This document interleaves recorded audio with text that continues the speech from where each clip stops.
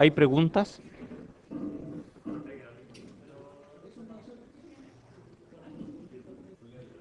Hola, ¿hay preguntas?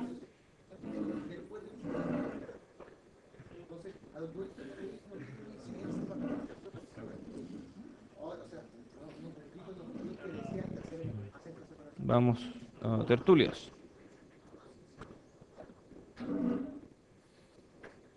Ya, hoy es 21.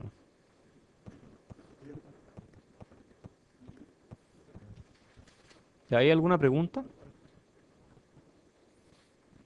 Oye, pero si me tenían preguntas antes de la clase. Sí, a ver, ¿de qué se trata?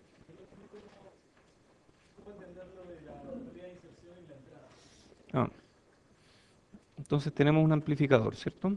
Que internamente tiene algún Thevenin, o Norton, como vimos hoy día, pero digamos que un Thevenin. Y si yo aplico carga,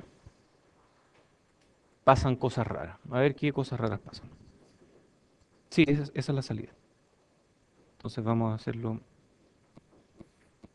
estoy contextualizando. Entonces digamos que esto es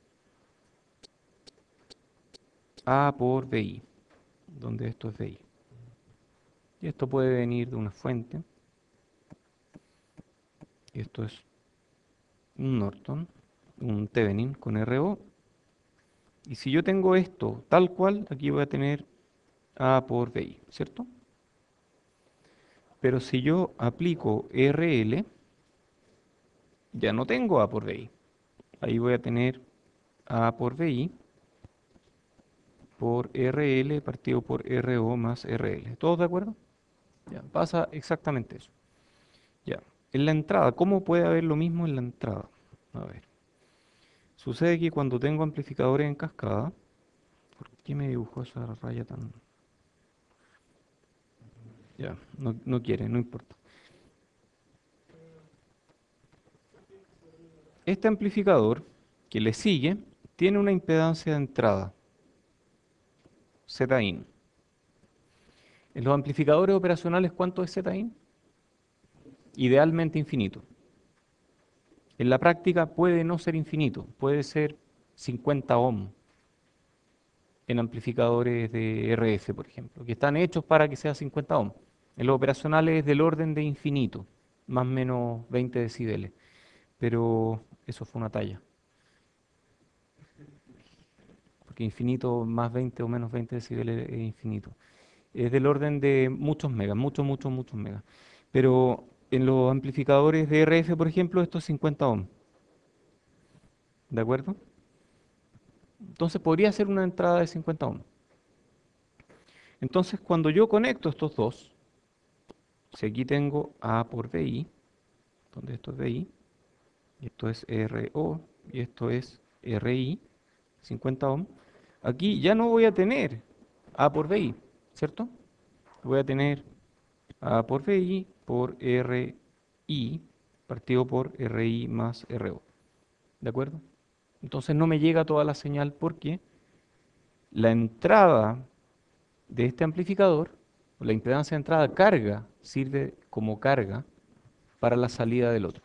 Eso es, ¿de acuerdo? ¿Hay preguntas?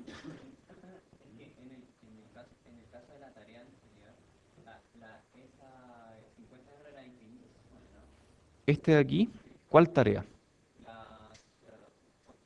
La 8 no. A ver, sí, sí era infinito, sí. No hay corriente, sí.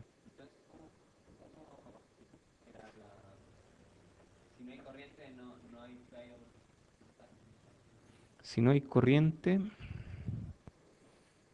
claro, era cierto. Pero, pero hay un problema. A ver, veamos la tarea. Mejor abramos aquí la tarea.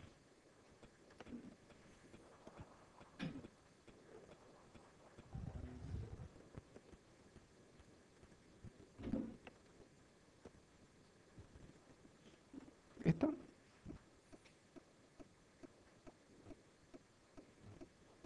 Sí, bueno, es que ese es el desarrollo de la tarea.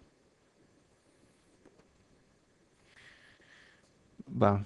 No quería abrir la pauta, quería abrir la tarea, ¿no? Ya. Sí, está arriba. O debiera estar arriba.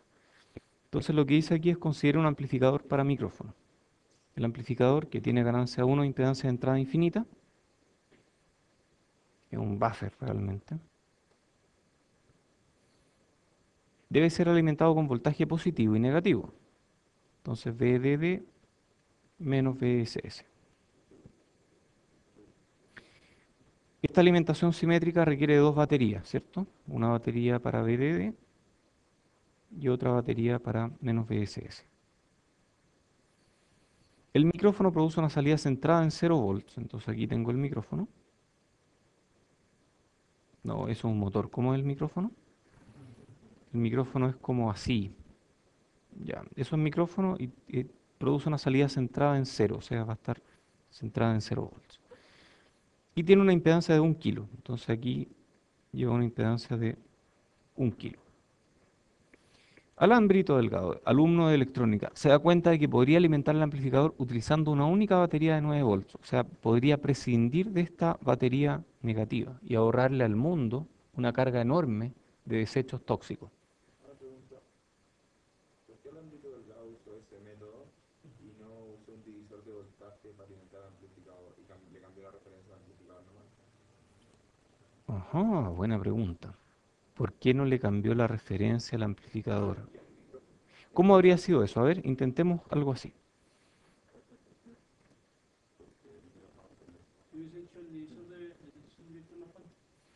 Haber hecho, a ver, entonces yo tengo mi fuente.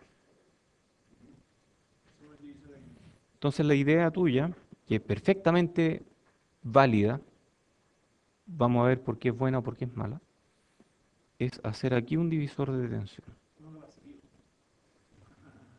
Tendrían que ser los medios capacitores.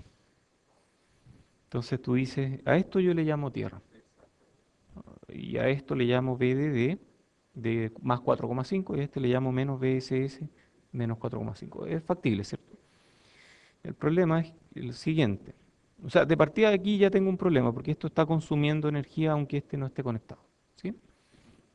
Pero hay otro problema además de eso. Y es que esta tierra no va a ser exactamente, si yo a este le llamo 4,5 y a este le llamo menos 4,5, la tierra no va a ser exactamente cero.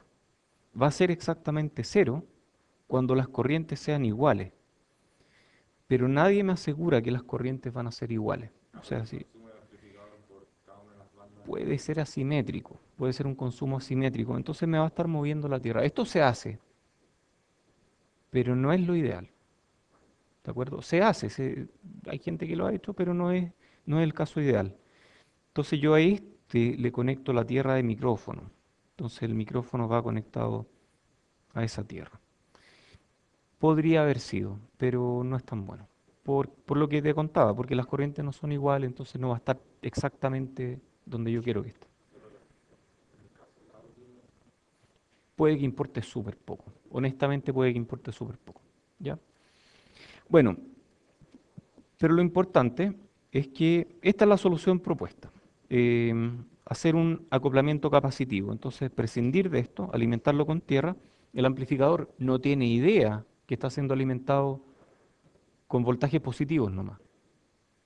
El amplificador no sabe. Lo único que sabe el amplificador es que no va a poder producir una salida positiva y negativa, porque este gallo está topando en el riel inferior, ¿cierto? Entonces, la idea es emplear algunos componentes adicionales para definir el nivel de C de 4,5 volts en la entrada del amplificador. O sea, la idea es que el amplificador tenga establecido un nivel de C de 4,5 volts en su entrada, independientemente de cuánto sea el nivel de C del micrófono. Y esta es la forma en que se estila hacer circuitos de entrada centrada en cero para amplificarlas con un amplificador que tiene una característica centrada en otra parte. Entonces, lo que se hace aquí es tomar el amplificador y hacer algo internamente, o puedo ponerlo fuera si quieren, para que la entrada esté centrada en 4,5. Entonces lo que hago es poner R y otro R aquí. BDD 0. Si estos R son iguales, aquí hay 4,5. Exacto, aquí dijimos que el amplificador tenía ganancia 1, impedancia de entrada infinita. Entonces no está consumiendo corriente desde la entrada. Perfecto. Esto entonces va a ser más o menos 4,5 volts. Ok, ya. Alguien me dijo en algún momento, pucha, aquí la ganancia es un medio, porque de VDD hasta acá hay un medio. Pero esa no es la ganancia que estamos buscando, esa atenuación no es lo que estamos buscando. Lo que estamos buscando nosotros es la ganancia desde el micrófono, que lo vamos a representar como una fuente de in a la salida de out. O sea, la ganancia que yo quiero es esta ganancia, no la ganancia de aquí a allá.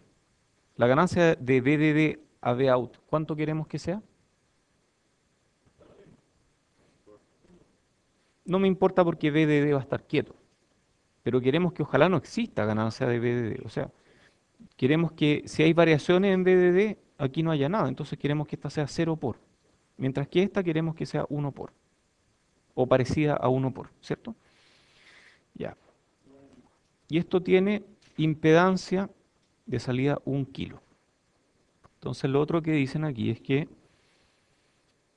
acoplar capacitivamente el micrófono a la entrada del amplificador. Entonces, acoplar capacitivamente el micrófono a la entrada del amplificador, poniendo una capacitancia C. Para establecer el nivel de C en la entrada, Alan decide utilizar un divisor de tensión resistivo entre los 9 volts de alimentación y tierra. Este divisor conectado a la entrada del amplificador evidentemente cambiará su impedancia de entrada. Entonces, cuando yo miro de aquí para allá, ya no veo infinito, como veía antes. Veo algo distinto, ¿cierto? ¿Qué impedancia veo? Esas dos resistencias en paralelo. En paralelo, ¿cómo va a ser? Yo las veo en serie. ¿Cómo en paralelo? Porque PDD no se mueve. BDD nos... Oh, eso es muy importante. A ver, lo que acabo de decir justo antes de eso era que no me interesa la ganancia de BDD a la salida, ¿cierto? Pero la salida tiene efectos de Bin y de BDD. Si yo aplico superposición para conocer el efecto en la salida de Bin, ¿qué tengo que hacer con BDD? Apagarlo. Retiro lo dicho. Tenías razón. En paralelo, ¿cierto? Muy bien. Entonces, la impedancia de entrada de esto corresponde a estas dos resistencias en paralelo. Pregunta, Sí. para corriente alterna, cualquier cosa que no sea alterna, o sea, cualquier cosa, una fuente de corriente continua, cualquier, siempre hace tierra. No, la fuente de corriente continua es un circuito abierto. Bueno, una fuente de De voltaje voltaje continua es un cortocircuito a es tierra. cortocircuito. Es tierra. Es cortocircuito a Tierra tierra. cortocircuito. Cortocircuito a lo que esté conectado. Ya. Ah, que ahí ese es de, el Este BDD con VDD, respecto a tierra. exacto, es con respecto a tierra. Entonces esto es un cortocircuito a tierra. A todos Entonces los la efectos pregunta es, prácticos. siempre que yo esté analizando un circuito así que tenga una componente continua y una componente alterna, Ujú. Se cuando convierte en dos circuitos. Perdón que te interrumpa. O sea, un circuito se convierte en dos circuitos. Qué espectacular. O sea, yo pensé que tenía diversión, pero tengo el doble de diversión. Puedo analizar dos circuitos en uno. Y espérense un poco. Cuando uno hace linealización, son dos circuitos totalmente diferentes. Entonces es aún más divertido. ¿De acuerdo? era, si uno hace un circuito en la alterna, yo me olvido el condensador, ¿no es cierto? Depende.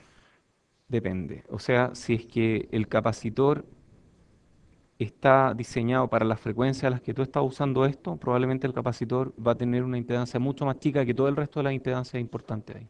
Entonces tú puedes decir que es un cortocircuito. Ah, ya, eso fue lo que yo hice.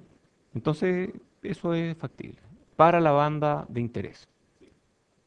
¿De acuerdo?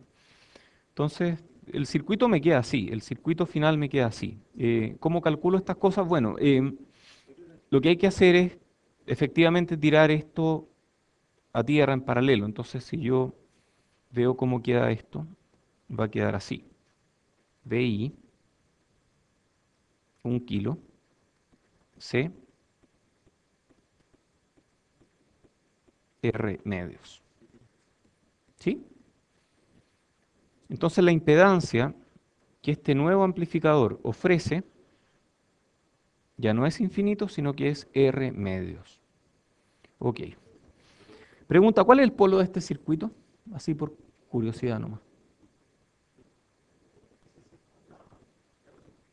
RC, pero ¿qué R considero? Uno partido menos uno partido por RC. ¿Qué R considero? El R paralelo. Es el R paralelo y el C no es C, es C más la otra. Ya, vamos a resolver eso. Vamos a resolverlo. Voy a estar enseñándoles cosas del otro curso, ¿ah? Del curso que viene después. No se supone que deba hacer eso, no está en la descripción de mis actividades. Pero no importa, voy a hacerlo igual. Ya. A ver, entonces, ¿cuál es el polo? A ver, de partida, ¿cuántos ceros y cuántos polos tiene esta cuestión? Un polo y no tiene cero. A ver, no tiene cero, tal vez sí, tiene un cero, ¿ah? A ver, imaginemos cómo es este circuito, cómo responde este circuito. A ver, imaginemos, hagamos una simulación mental. Voy a meterle una frecuencia muy, muy baja aquí. No, vamos a meterle una frecuencia súper baja. Súper, súper baja. Ah, ¿sabían algo? Esto es un dato interesante. Ustedes nunca lo han pensado probablemente. La frecuencia cero no existe. No existe la frecuencia cero. No existe. La frecuencia cero existe solamente después de que, integrando todo el tiempo entre el Big Bang y el Big Crunch. Porque frecuencia cero significa algo que ha estado encendido todo el tiempo en el pasado y sigue encendido todo el tiempo para el futuro. Cualquier cosa que se aproxime a cero es solo una aproximación. Y existen ciertos ruidos electrónicos, que también, bueno, esto también es parte del otro curso, así eh, cuya densidad espectral de potencia crece a medida que la frecuencia baja. Y hay gente ociosa, que después publica paper con el resultado de su ocio, que se ha dedicado a medir ruido para frecuencias muy, muy bajas. Y para eso, la única forma de medir el ruido es tener algo prendido mucho tiempo. Y miden que efectivamente este ruido crece y mantienen algo prendido por 6 meses y efectivamente aparecen ruidos que no habían aparecido en 2 meses. Cosas así. Es divertido. La electrónica es muy divertida. Sí. Ya, bueno, entonces tenemos este circuito. Si aplicamos DC aquí, ¿qué va a aparecer aquí? Aquí aparece cero, pero en realidad esto es un circuito asumiendo que este voltaje es cero, pero en la práctica yo sé que va a aparecer 4,5, ¿cierto? O sea, si aplico DC aquí, aquí va a aparecer 4,5. O sea, si yo divido este circuito en dos, como dijimos recién, lo analizo para señales continuas y para señales continuas voy a tener esto. El capacitor es un circuito abierto. Entonces aquí tengo 4,5 volts. Eso es en DC. Entonces en DC tengo aquí 4,5. En AC voy a ponerle una frecuencia muy chica. Si la frecuencia es muy chica, ¿qué es este capacitor?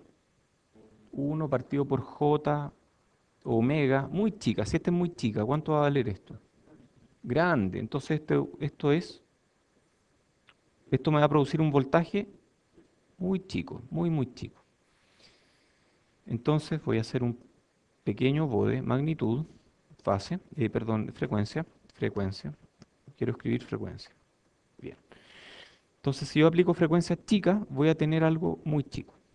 Si yo aplico frecuencia más grande, este capacitor se va a comportar como una resistencia un poco más chica y aquí va a aparecer un voltaje un poco más grande.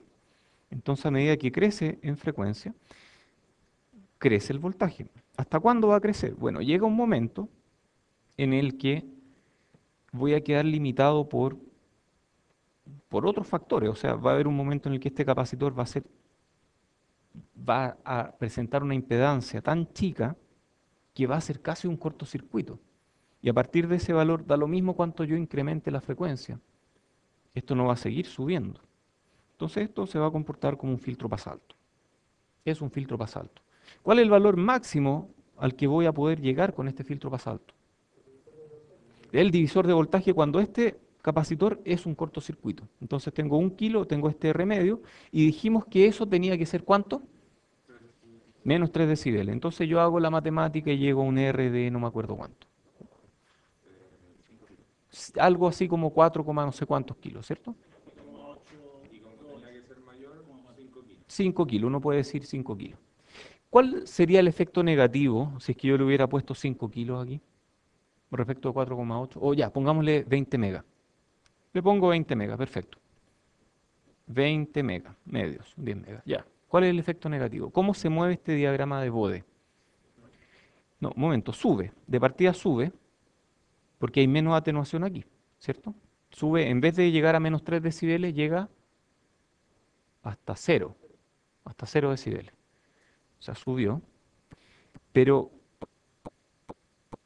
¿el circuito se volvió más rápido o más lento? Hay que cargar ese capacitor.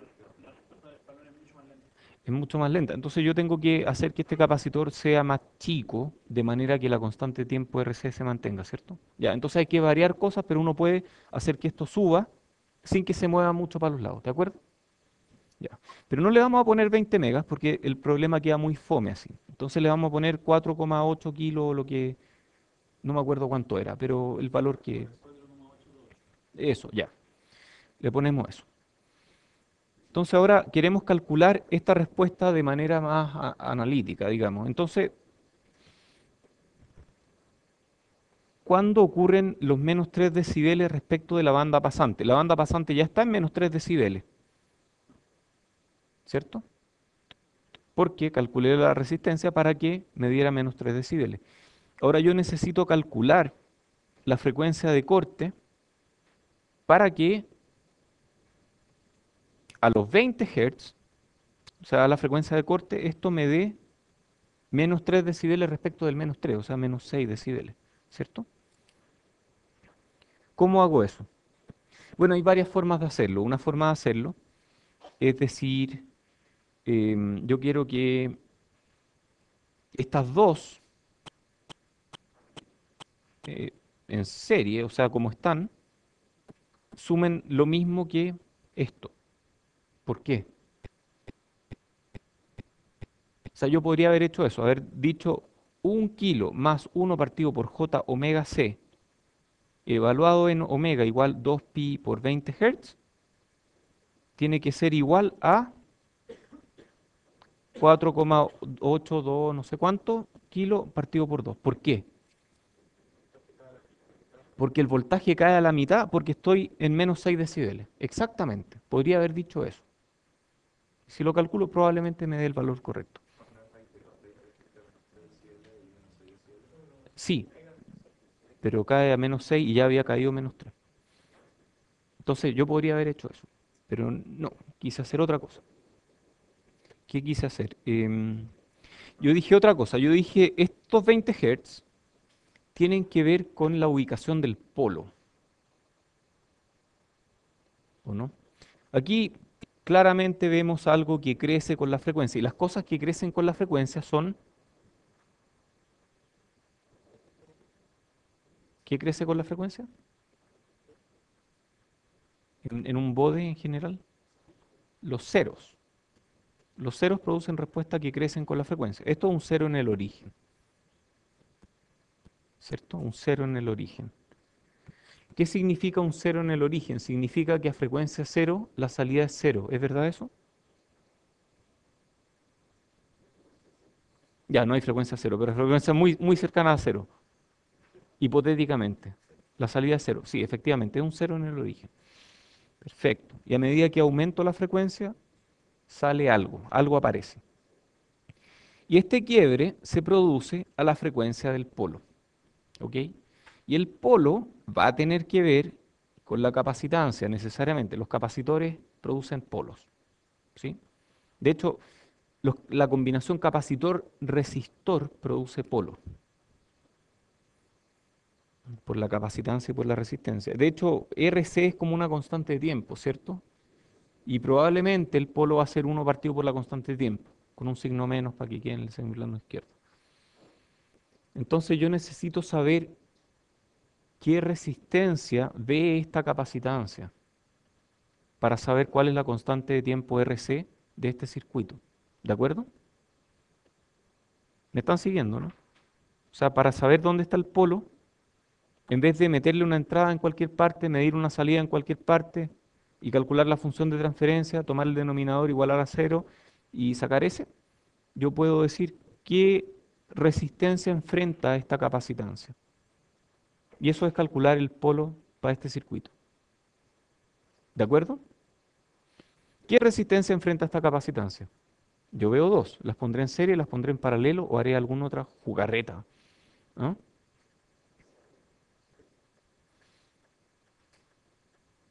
¿Qué ve esta capacitancia? A ver, veamos qué ve.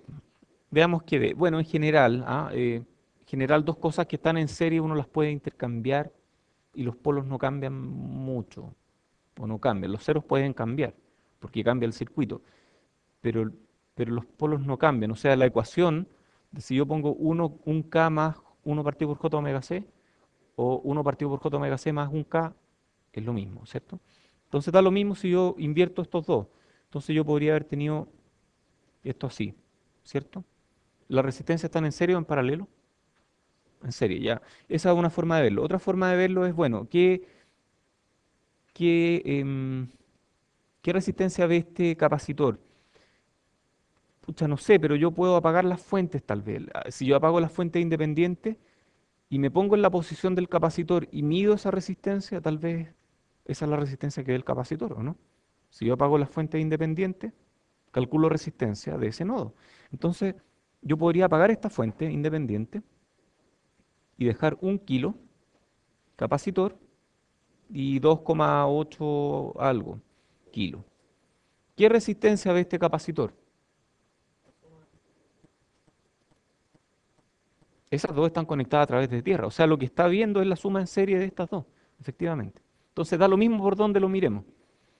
Es la suma en serie de las dos. Entonces yo puedo calcular el polo como 1 partido por la constante de tiempo RC, donde R es la resistencia que ve ese capacitor. Y de esa forma sale súper rápido este ejercicio. ¿Hay preguntas? Está la pauta o debiera estar ya en la web. ¿Alguien la vio? ¿Está? ¿Sí? En serie, sí. Entonces lo malo de haber puesto 20 megas aquí es que 1 kilo es mucho más chico que 20 megas. Entonces podrían haber omitido ese kilo y le habría dado la misma respuesta. Pero yo quería que ese kilo contara para la respuesta. Ese kilo es importante. O sea, son 20 megas más 1 kilo. ¿De acuerdo?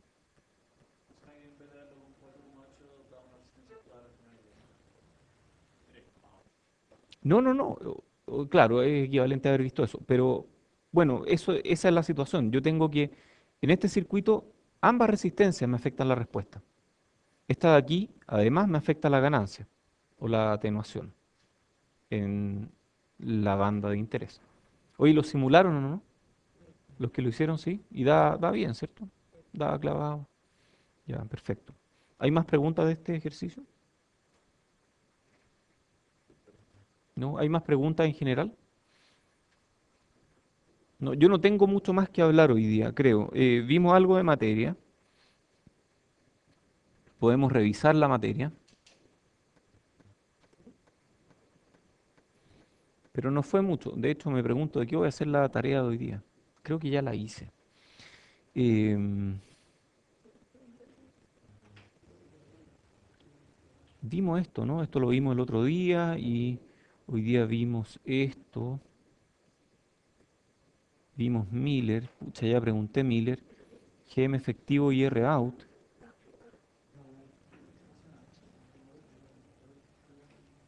Sí, no sé, creo que no hay mucho más que... Sí,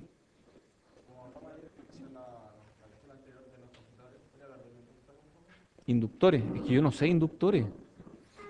Yo no sé inductores porque no uso inductores. No, pero a ver, él tampoco lo uso. No, los inductores son parecidos a los capacitores, son el dual de los capacitores. Y uno no puede usar inductores en DC, porque si yo uso un inductor en DC, se ve como un cortocircuito, ¿cierto? Entonces yo no podría usar un divisor resistivo y un divisor inductivo en DC, ¿de acuerdo? Porque, porque se vería como un cortocircuito. De la misma forma como no podría usar un capacitor o un divisor capacitivo en frecuencia infinita. No importa porque las frecuencias infinitas no existen.